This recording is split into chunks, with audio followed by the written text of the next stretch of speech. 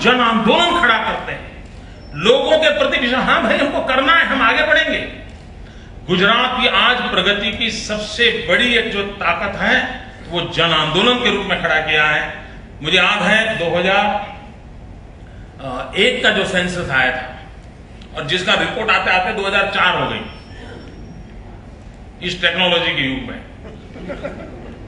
और 4 में मैंने इसको देखा और मैं हैरान हो गया कि मेरे राज्य में जेंडर इनइक्वालिटी आंख चकाचक, यानी परेशान करने वाला था। 1000 बच्चों के बीच में 814 लड़कियां थी। यह चौंका देने वाली बात थी।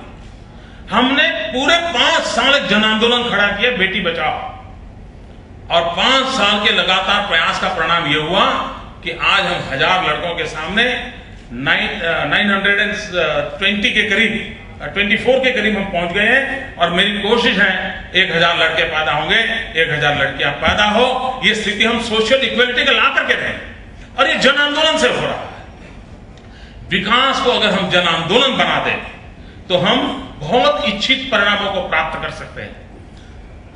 गुजरात की पहचान है पुराने समय से एक ट्रेडर स्टेट की। गुजरात कभी इंडस्ट्रियल स्टेट नहीं था दोस्तों। एक ऐसा भ्रम बड़ा चलता रहता है।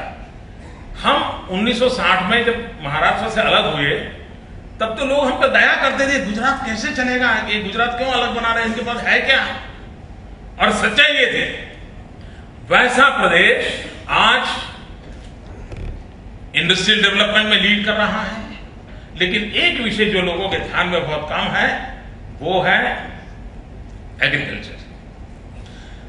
गुजरात कभी एग्रीकल्चर सेक्टर में उसका नामो निशान नहीं था। राजस्थान और गुजरात की गिनती हमेशा रेगिस्तान वाले प्रदेश की वाली होती थी, और हमारी तो हालत यही थी, बगल में रेगिस्तान, उधर देखो पाकिस्तान। तो ऐसे ही हमारी हालत थी।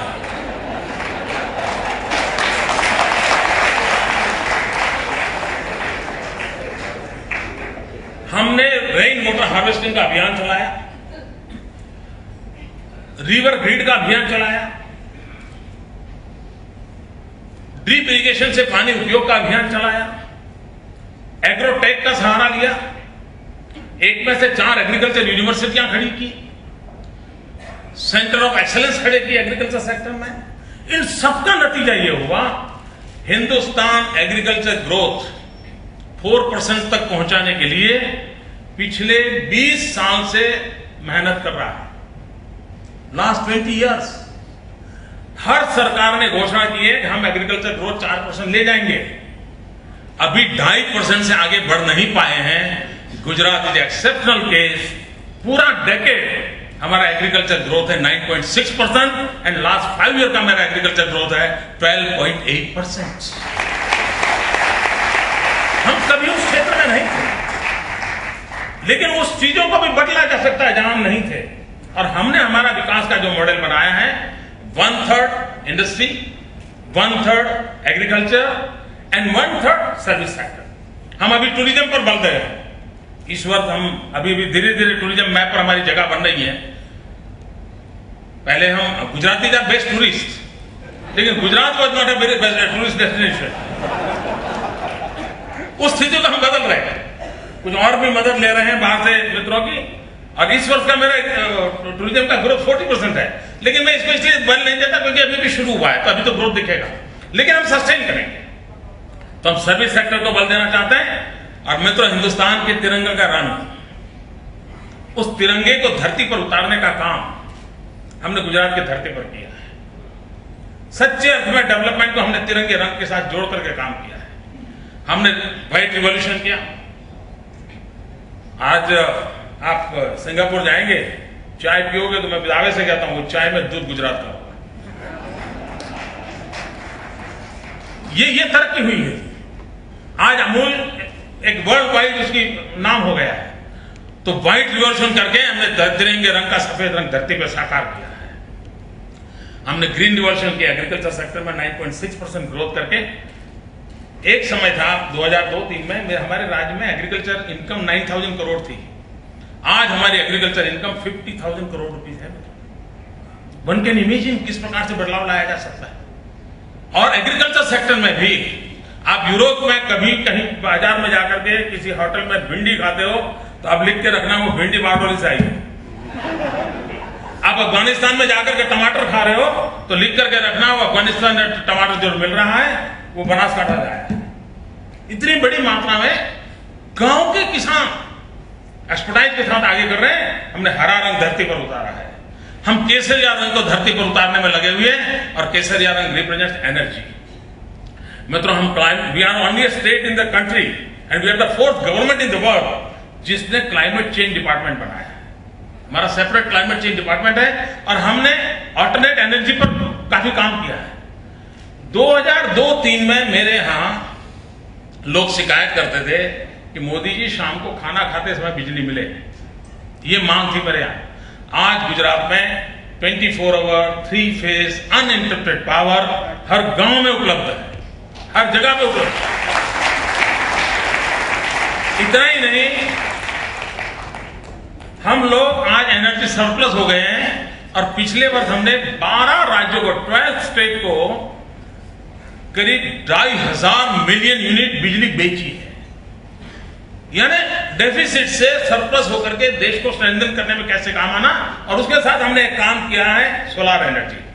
गुजरात दुनिया का सबसे सोलर कैपिटल बन रहा है, बहुत बड़ा सोलर हब हमारा बन रहा है और ऑलरेडी काम चल रहा है, मैं सपना नहीं बता रहा। मित्रों, हम एनर्जी के सेक्टर में काम कर रहे हैं। हम पेट्रोलियम में गुजरात इज ओनली स्टेट जहां 2200 किलोमीटर गैस ग्रिड है। गांव में भी कई गांव ऐसे हैं कि जहां किचन में टैप से गैस आता है। 2200 किलोमीटर गैस ग्रिड का काम मैंने पूरा कर दिया। गुजरात इज स्टेट की जहां हर गांव में, अभी आपने बजट में सुना होगा प्रधानमंत्री जी ने घोषणा की है कि हम देश के गांव में ब्रॉडबैंड कनेक्टिविटी देंगे, अभी घोषणा हुई है। मेरे यहां 2 साल से सब गांव में ब्रॉडबैंड कनेक्टिविटी है।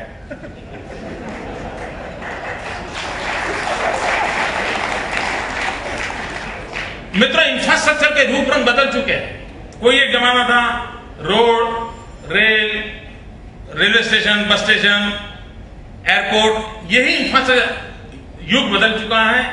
हमारा ब्रॉडबैंड कनेक्टिविटी इंफ्रास्ट्रक्चर का महत्वपूर्ण हिस्सा बनने जा रहा है। गैस ग्रिड इंफ्रास्ट्रक्चर का नया मॉडल बनता जा रहा है और इस प्रकार से हमने इंफ्रास्ट्रक्चर के रूप रंग को भी बदल दिया है।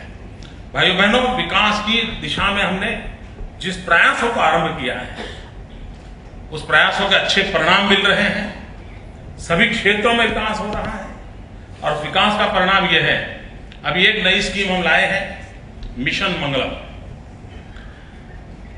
एम्पावरमेंट ऑफ विमेन के लिए योजना है। अभी इसी बजट में हम उसको लाए हैं। गांव में गरीब परिवार की महिलाओं के छोटे छोटे ग्रुप बना करके उनको बैंक लिंकेज देना अभी शुरू किया है।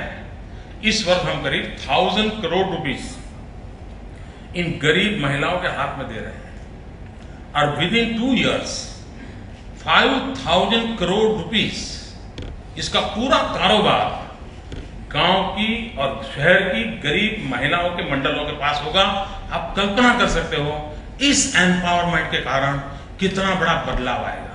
और पहली बार देश में हमने एक ऐसा मॉडल दिया है जिसमें गवर्नमेंट, कॉर्पोरेट हाउसेस एंड ये सखी मंडल, इन 3 की पार्टनरशिप का मॉडल बनाया है और कॉर्पोरेट हाउसेस भी उसमें इन्वेस्टमेंट कर रहे हैं और उनको जिस प्रकार का माल चाहिए उसको वो सखी मंडलों को काम दे करके गारंटी दे रहे हैं और उसके कारण ये मल्टीप्लाई होने वाला है। तो एक नया मॉडल माइक्रो फाइनेंस को लेकर के और उसके साथ प्रोडक्शन एंड मार्केटिंग और उसके कॉर्पोरेट वर्ल्ड को जोड़ना, एक नए विजन के साथ मिशन मंगलम काम लेकर के हम आए हैं। मुझे विश्वास है कि आने वाले दिनों में गुजरात के प्रयास देश की सेवा के काम आएंगे। आपने मुझे अवसर दिया, मैं आपका बहुत आभारी हूं।